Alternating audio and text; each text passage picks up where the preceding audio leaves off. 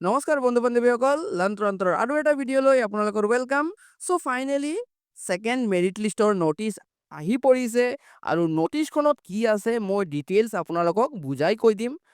আই ন' আপোনালোকে চবেই এই ন'টিচখন পাইছে, বাট যিসকলে ন'টিচৰ মিনিংটো নাই বুজা, মানে ইয়াত হিন্দীৰ ৰেজাল্টটো আগত আহিব নে জিটিৰ ৰেজাল্টটো আগত আহিব, মই এক্সপ্লেইন কৰি দিম যিমানখিনি মই বুজিছোঁ।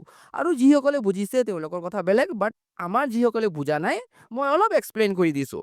চ' ইয়াত লিখা আছে it is hereby inform to all concern regarding TET cum recruitment examination TCR 2025-2024 for the post of graduate teacher Hindi Prepar 1 held on 19/1/2025 that the candidate who are presently selected for the document verification will be able to download their admit card where maximum total marks inclusive of weightage marks will be reflected. Such candidate will have to appear at the designated venue on specified date and time along with the required document as mentioned in the admit card for the document verification.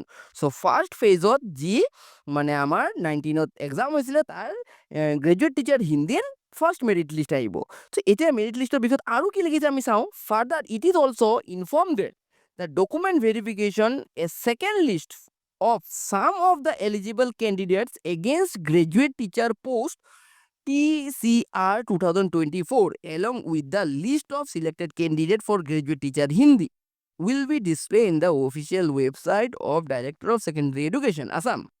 So only these candidate will be able to download their admit card and they have to appear in the respective venue along with the document.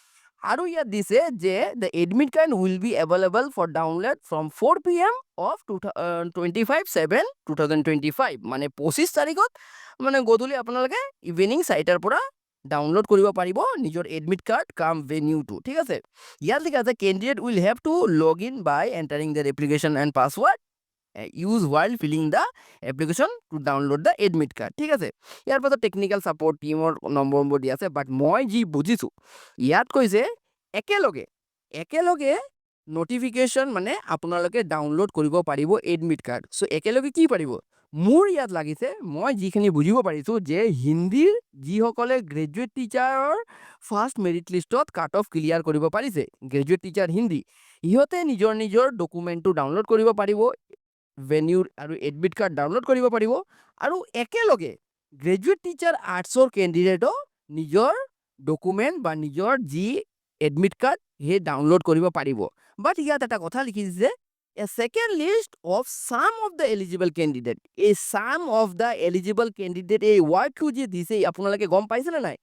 এই sum of the কেণ্ডিডেটৰ মিনিংটো এইটো হয় যে second লিষ্টৰ কাৰণে খুব বেছি কেণ্ডিডেটৰ নাম নাই অহা, ছেকেণ্ড লিষ্টত খুব বেছি কেণ্ডিডেটৰ নাম নাহিব।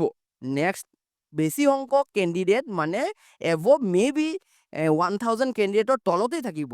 আৰু ছাম যেতিয়া ৱাৰ্ডটো দি দিছে এইটোৰ মিনিং এইটোই হয় যে বহুত লাৰ্জ এমাউণ্টত গ্ৰেজুৱেট টিচাৰ হিন্দীৰ কাৰণে গ্ৰেজুৱেট টিচাৰ আৰ্টছৰ কাৰণে পোষ্ট নাই, only limited amount of seats আৰু লিমিটেড এমাউণ্ট অফ কেণ্ডিডেটে নিজৰ এডমিট কাৰ্ড ডাউনলোড কৰিব পাৰিব।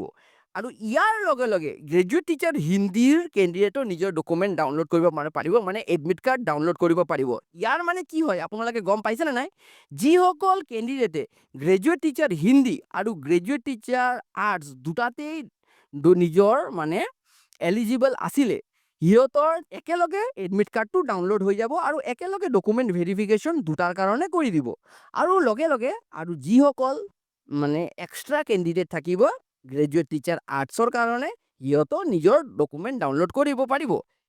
এজ ফৰ এক্সাম্পল যদি যিকোনো এজন কেণ্ডিডেট ধৰা নাম মনীষৰ তেওঁ গ্ৰেজুৱেট টিচাৰ আৰ্টছতো এলিজিবল, তেওঁ গ্ৰেজুৱেট টিচাৰ হিন্দীতো এলিজিবল, তো তেতিয়া কি হ'ব তেওঁৰ যিখন এডমিট কাৰ্ড থাকিব তেওঁ তেতিয়া সেইটো এডমিট কাৰ্ড লৈ দুখনতে কি কৰিব পাৰিব নিজৰ ডকুমেণ্ট ভেৰিফিকেশ্যন কৰাব পাৰিব।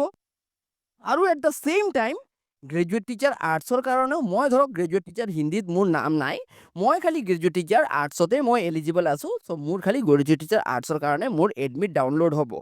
ঠিক আছে, ইয়াত কিছুমানে ভাবিব পাৰে যে আগত গ্ৰেজুৱেট টিচাৰ হিন্দীৰ লিষ্ট আহিব, তাৰপিছত গ্ৰেজুৱেট টিচাৰ আৰ্টছৰ লিষ্ট আহিব, চ' সেইবোৰ একো কথা নাই, একেলগে আহিব লিষ্ট। যিসকলে গ্ৰেজুৱেট টিচাৰ হিন্দী আৰু গ্ৰেজুৱেট টিচাৰ আৰ্টছ দুটাতে এলিজিবল, তেওঁলোকৰ এডমিট কাৰ্ডৰ তলত দুখনেই কথা লিখা থাকিব আৰু দুখনত তেওঁলোকে দুটা কেটাগৰীত তেওঁ নিজৰ ডকুমেণ্ট ভেৰিফিকেশ্যন কৰাব। যেনেকা সংস্কৃত আৰু বহুতে গ্ৰেজুৱেট টিচাৰ আৰ্টছতো নিজৰ ডকুমেণ্ট ভেৰিফিকেশ্যন কৰাইছে, যেনেকৈ আমি পাইছোঁ গ্ৰেজুৱেট টিচাৰ মেথছ আৰু গ্ৰেজুৱেট টিচাৰ ছায়েন্সতো বহুতে নিজৰ ডকুমেণ্ট ভেৰিফিকেশ্যন কৰাইছে। চিমিলাৰলি ইয়াত গ্ৰেজুৱেট টিচাৰ হিন্দী আৰু ছেকেণ্ড ফেজৰ কাৰণে গ্ৰেজুৱেট টিচাৰ আৰ্টছৰ যদি কিছুমান কেণ্ডিডেট থাকে তেওঁলোকৰ নিজৰ ডকুমেণ্ট ভেৰিফিকেশ্যন একেলগে কৰাই দিব। আৰু এক্সট্ৰা যিসকলে গ্ৰেজুৱেট টিচাৰ আৰ্টছৰ কাৰণে অনলি এপ্লাই কৰিছিলে সেইসকলেও নিজৰ ডকুমেণ্ট ভেৰিফিকেশ্যন কৰাব পাৰিব, বাট লিষ্ট দুটা একেলগে আহিব, ঠিক আছে, মানে আগ পিচ কৰি নিদিয়ে। আৰু ইয়াৰ লগে লগে মে বি পি জি টিৰো লিষ্ট দিব পাৰে, চাওঁ কি হয়। ইয়াত পি জি টিৰ একো কথা উল্লেখ নাই, ঠিক আছে। চ' এইটোৱে আছে আজিৰ ইনফৰমেশ্যনটো, আৰু ইনফৰমেশ্যনটো খুব ধুনীয়া হয়। 25 তাৰিখৰ পৰা আপোনালোকে নিজৰ এডমিট কাৰ্ড ডাউনলোড কৰি আৰু তাত লিখা থাকিব 30 তাৰিখ, যে আমি জানো 30 তাৰিখৰ পৰা ডকুমেণ্ট ভেৰিফিকেশ্যন ষ্টাৰ্ট হ'ব। তো 30 তাৰিখত আপোনালোকে গুচি যাব ৰেচপেক্টিভ নিজৰ যি ভেনিউ দিব তাত গুচি যাব, ঠিক আছে। কিন্তু ইয়াত পাজল নকৰিব যে আগত গ্ৰেজুৱেট টিচাৰ হিন্দীৰ লিষ্ট দিব, তাৰপিছত গ্ৰেজুৱেট টিচাৰ আৰ্টছৰ লিষ্ট দিব বা এডমিট দিব, এনেকুৱা বুলি নহয়, একেলগে ৰিলিজ হ'ব দুখন লিষ্ট, ঠিক আছে।